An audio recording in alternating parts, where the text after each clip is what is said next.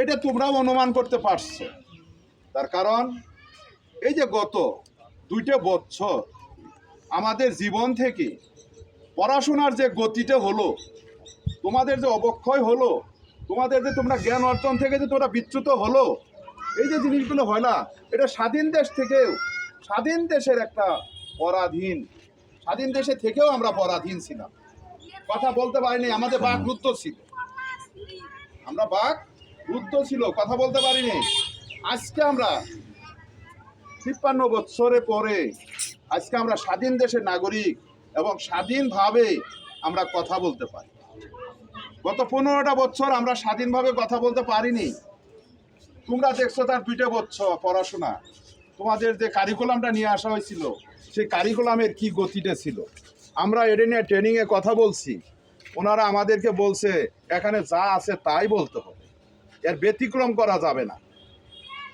তাহলে তোমাদের জীবন থেকে সেই 2টা বছর পড়া চলে গেছে, তোমরা কিছু শিখতে পারছো? কিছু শিখতে পারছো কেউ? 2 বছরে কিচ্ছু শিখতে পারো নাই। তাহলে আমরা দেখো স্বাধীনতা কি জিনিস এবং পরাধীনতা কি জিনিস সেটা অনুমান করতে পারছো। তাহলে আজকে 53 বছর আগে আমরা যখন পরাধীন ছিলাম, তাহলে পরাধীনতাটা কিরকম ছিল, স্বাধীনতায় যে অবস্থা ছিল সেটা তোমরা অনুমান করতে পারলাম, ছোট হয়েও আমরাও অনুমান করতে পারলাম। তাহলে পরাধীনতাটা কিরকম ছিল। আমরা 25 বছর পাকিস্তানে পরাধীন ছিলাম, পাকিস্তানের আমলে আমরা 25 বছর ছিলাম পরাধীন। এর আগে ব্রিটিশ আমাদের 190 বছর ব্রিটিশ শাসন করছে। এরপরে আগে তো বহুত আগেই অনেকেই শাসন করছে দেশ, কিন্তু পরাধীনতা এবং স্বাধীনতা অনেক কঠিন জিনিস। স্বাধীন দেশে আজকে আমরা স্বাধীনভাবে বাংলা মায়ের ভাষা বলতে পারতেছি। যদি আজকে আমরা পরাধীন থাকতাম, পাকিস্তানের আন্ডারে থাকতাম, তাহলে আমাদের উর্দু ভাষা শিখতে হতো, উর্দু বলতে হতো, মায়ের ভাষা আমরা বলতে পারতাম না। পাকিস্তান আমলে আমাদের এই পূর্ব পাকিস্তানের যারা আমরা ছিলাম, যারা শিক্ষিত ছিল, তাদেরকে বড় অফিসার পদে কোনো চাকরি দেওয়া হতো না, অফিসার পদে কোনো চাকরি দেওয়া হতো না, চাকরি দেওয়া হতো আমাদের পিয়ন, কেরানি, এই সমস্ত পদে। আর বড় বড় চাকরিজীবীরা থাকতো, অফিসার থাকতো সব পাকিস্তানিরা, আমরা হয়তো থাকতাম গোলাম। ওনারা যে আমাদেরকে হুকুম করতেন, আমরা সেই হুকুমগুলোই পালন করতাম।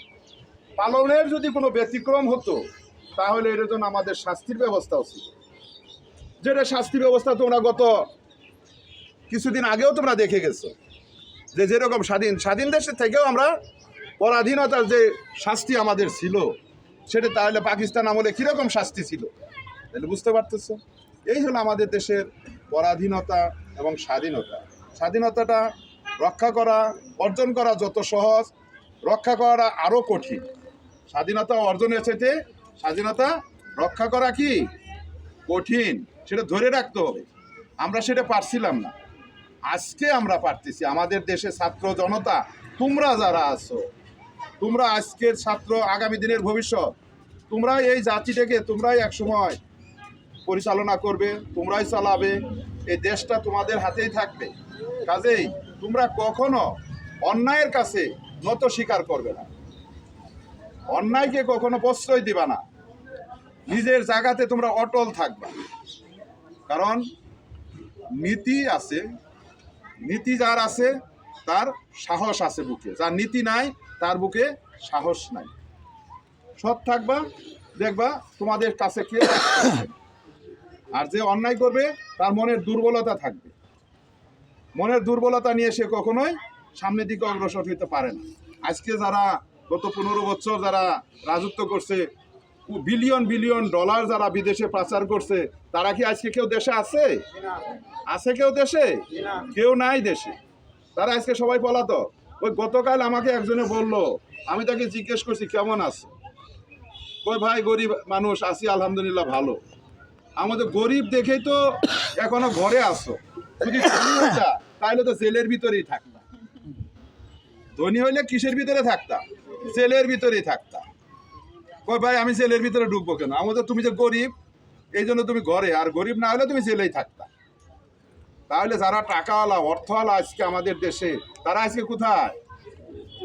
ফেরারি আসামি। তারা কি ফেরারি আসামি? তারা ঘুরে ঘুরে বেড়াচ্ছে, ধানের ক্ষেতের ভিতরে ঘুমায়, পাটের ক্ষেতের ভিতরে ঘুমায়, জঙ্গলে ঘুমায়, আর কেউ কেউ যারা বিদেশ পাড়ি জমাইছে। কিন্তু অর্থ অনর্থের মূল। অর্থ কিসের মূল? অনর্থের মূল। অর্থ এত হইতে হয় না, অর্থে একটা নির্দিষ্ট লিমিটেশন লাগে, অল্প অর্থতেই চলা যায়, এত অর্থ লাগে না। আমাদের দেশে তারা লুটে ফুটে খাইয়ে আমাদের দেশটাকে শেষ করে দিচ্ছে। আজকে আমরা কি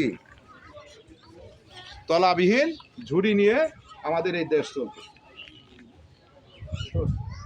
যাই হোক, আজকে এই যে তোমাদের স্কুলে ভবন নাই, তোমাদের স্কুলে ভবন নাই, দেশে আমাদের যদি অর্থ থাকতো তাহলে তোমাদের ভবনটা তাড়াতাড়ি দিয়ে দিত সরকার। আমাদের সরকার তো এটা না, শিক্ষা নিয়ে তো তারা ব্যস্ত, কারণ শিক্ষাই জাতির মেরুদণ্ড। যে জাতিতে শিক্ষা নাই সেই জাতির কোনো উন্নতি নাই।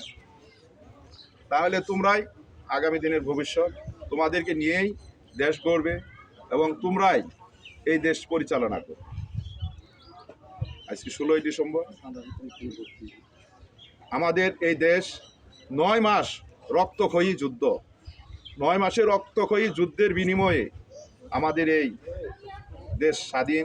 1971 সালের 16ই ডিসেম্বর পশ্চিম পাকিস্তানি হানাদার বাহিনীর যারা ছিলেন, যারা জেনারেল ছিলেন, আমাদের পূর্ব পাকিস্তানের মেজর জেনারেল আতোয়ার গনি উসমানির কাছে তারা ওই সময় আত্মসমর্পণ করেন এবং অরোলাল নাকি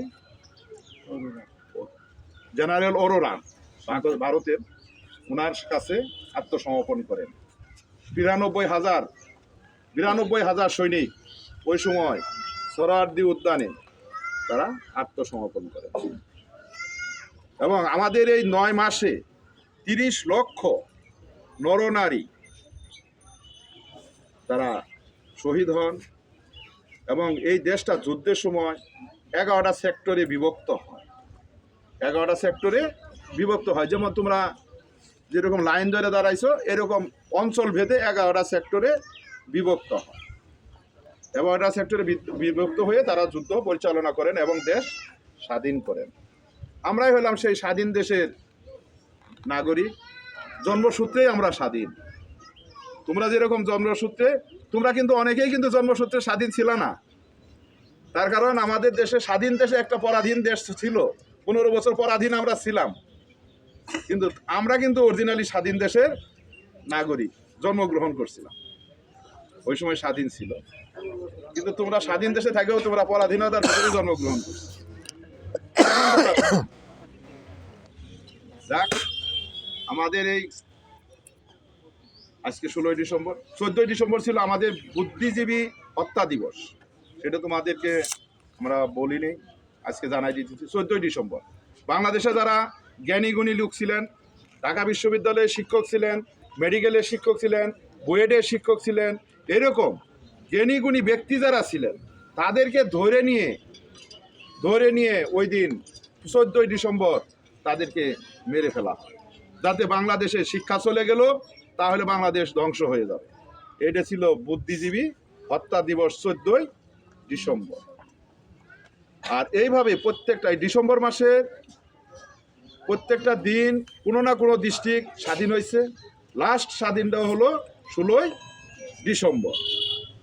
16ই ডিসেম্বর এইভাবেই আমরা স্বাধীনতা 9 মাস যুদ্ধ করলাম। যুদ্ধের পরে আমাদের দেশটা আমরা স্বাধীন সার্বভৌম একটি রাষ্ট্র এবং একটি লাল সবুজের একটি পতাকা আমরা পেলাম। তাহলে এই পতাকাটাই হচ্ছে আমাদের কি প্রতীক, এটাই আমাদের স্বাধীনতার কি প্রতীক, স্বাধীনতার প্রতীক। এই যে এখানে রক্ত, আমাদের 30 লক্ষ মা-বোনের শহীদের রক্তের বিনিময়ে অর্জিত স্বাধীনতা। ঠিক আছে, কাজেই তোমরা আরও আমরা তোমাদেরকে জানাবো সুযোগ সুবিধা মতে, কারণ এখানে রোদের প্রখরতা একটু বেশি, তোমাদের একটু শীতের দিন, তারপরেও তোমাদের একটু কষ্ট হচ্ছে।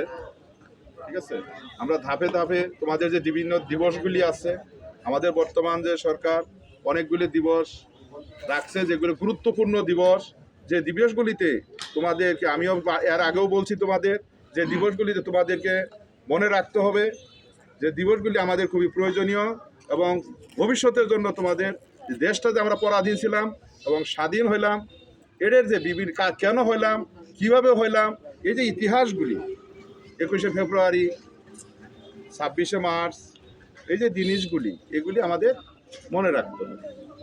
যে জিনিসগুলি 16ই ডিসেম্বর এগুলো আমাদের মনে রাখতে হবে, কারণ আমরা স্বাধীন দেশের স্বাধীন সার্বভৌম রাষ্ট্রের একজন নাগরিক।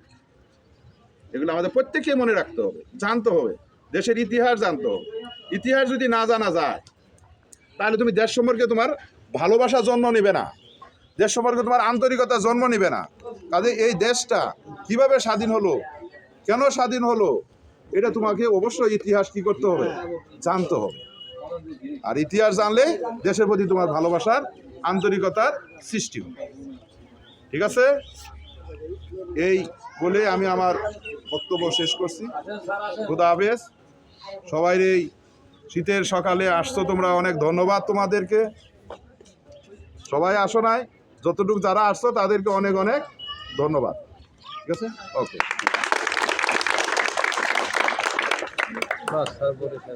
শিক্ষকরা রাজনীতি করে ভুলবার,